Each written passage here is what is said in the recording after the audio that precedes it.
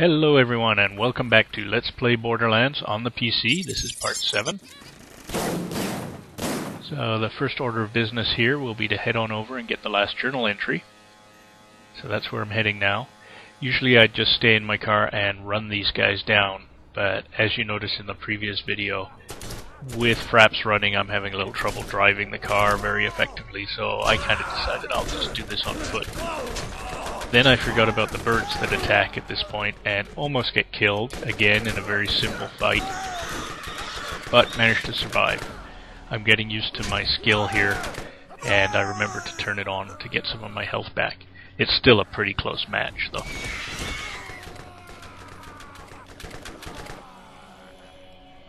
So we'll just wrap up this last guy and then go looking for the last of the birds, because I know there's a few left. And even now, I don't think I got them all, so I'm looking around, and sure enough, there's 2 left, so let's take care of those guys. And pick up what loot got scattered, and find that last journal entry.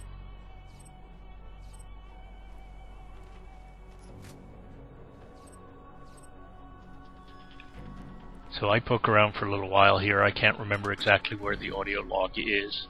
I find it pretty quickly though. I like these audio logs and they actually get better and better as the game goes on, so I'm going to quiet down here and let you listen to it. Day 172. The fat girl, Shimei, was crushed under an alien ruin that collapsed today. She didn't die right away and begged me to put her out of her misery as she choked on various fluids and bile. I hesitated because she was the last one alive that wasn't me.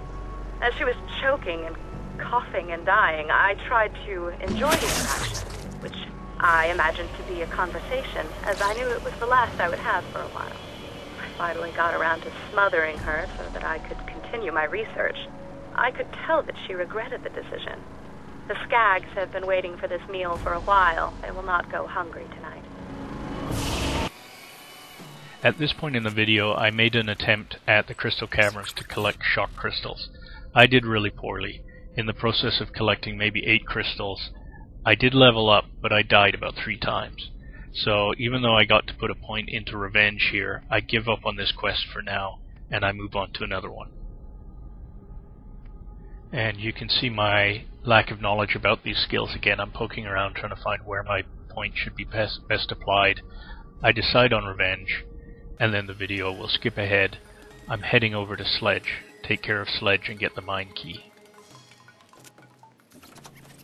Now the Sledge quest is located in the same location where in the previous video I picked up the sniper rifle parts. So rather than have you sit through the same fights again, I'm going to leave this at 4 times speed, even though there's some battles going on. Of course, this time through I'm a couple of levels higher, so I'm fighting harder mobs. You just saw me finish off a badass skag there. That was the thing with the glowing blue eyes. And up here I fight a badass fire skag, which is just another mob, and it's on fire.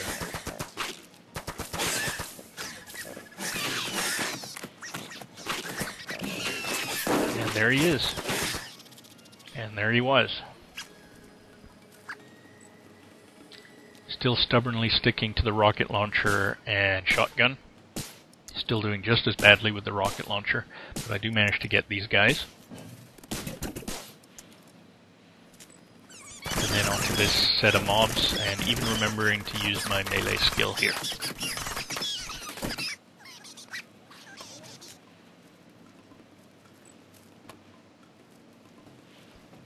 And sticking close to the wall again so that I don't startle those birds. Again, blow up the barrel and kill that guy up there. And this fight you've seen before.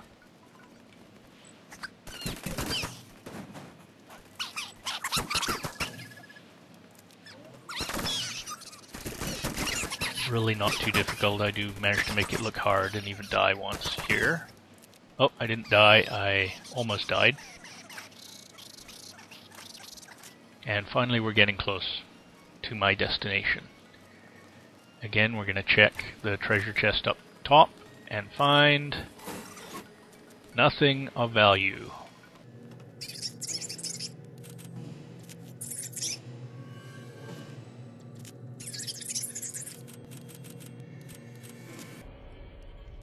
And at last, here we are back to normal speed video, fighting our way through this hideout to kill a level boss. Now, I make pretty extensive use of that second wind. I don't know who thought of that when they were developing this game, but I almost always like it.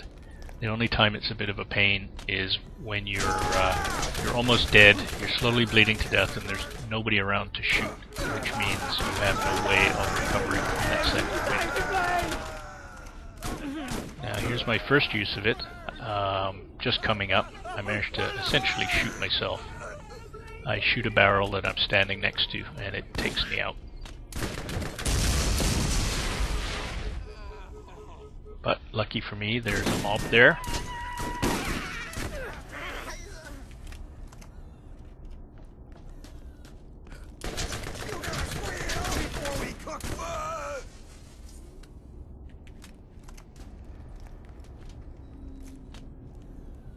Now, I probably could use my melee skill at this point to pump my health up, but I'm deciding to save it until I can actually use it against some mobs. And I clearly waited too long. And there's my second wind. It's time. And my third.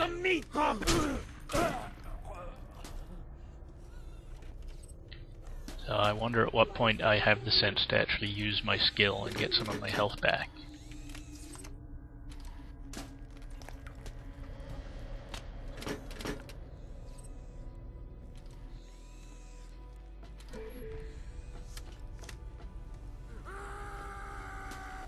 Finally, there we go.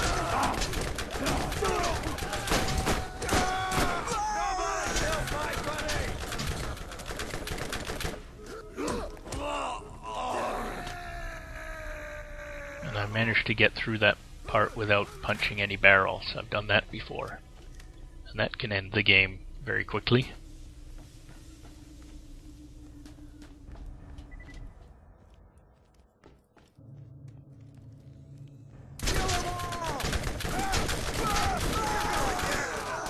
More meat for me! Blood!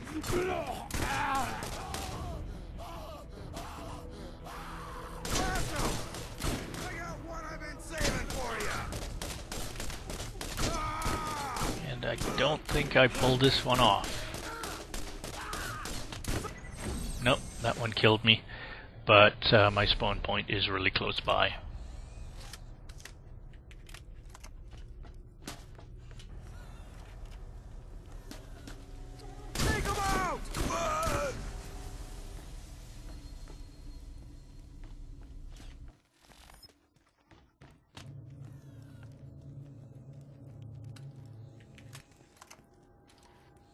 And we're coming up on that first claptrap too. Nothing of use in here. So I'm just going to fast forward a little bit through the claptrap rescue. The toolbox you need is just around the corner, just up these stairs. It's right by the spawn point you saw there.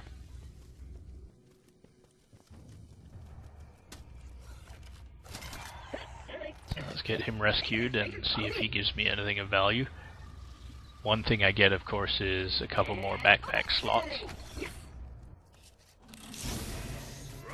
Nope, nothing I can use. Again, purple weapon and my insistence on using the shotgun. I don't even get to use it.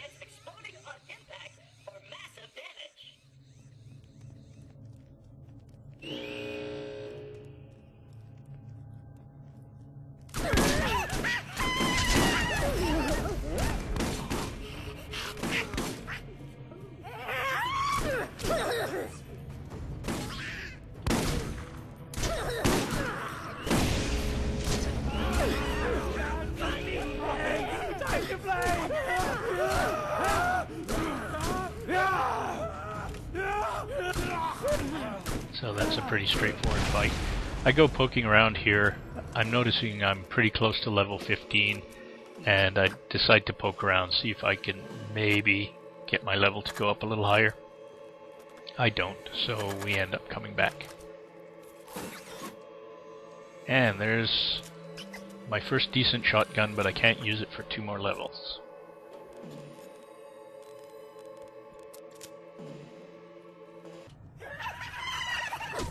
Now I switched to melee here.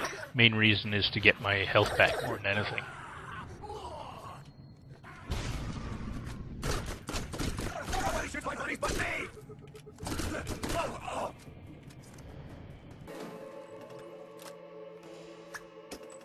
So here's me poking around, hoping for maybe a few more experience points.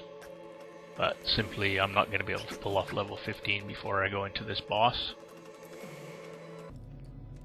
And in we go.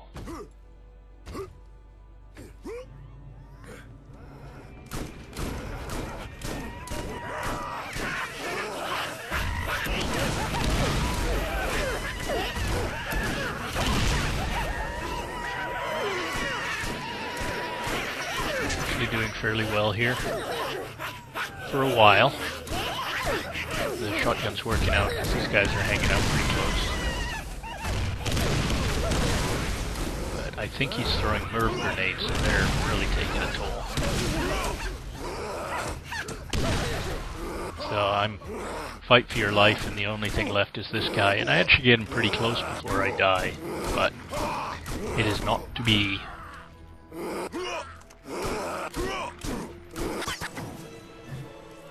So if I had a few more seconds, I might have been able to kill him.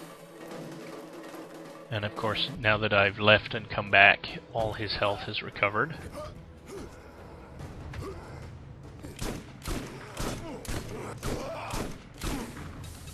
I suppose that's only fair.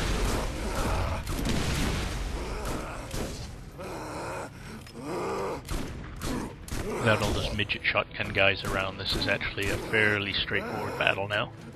And I'm doing pretty good with the criticals, you'll notice. I don't know if that's my skill improving or the fact that my shotgun ability is getting better.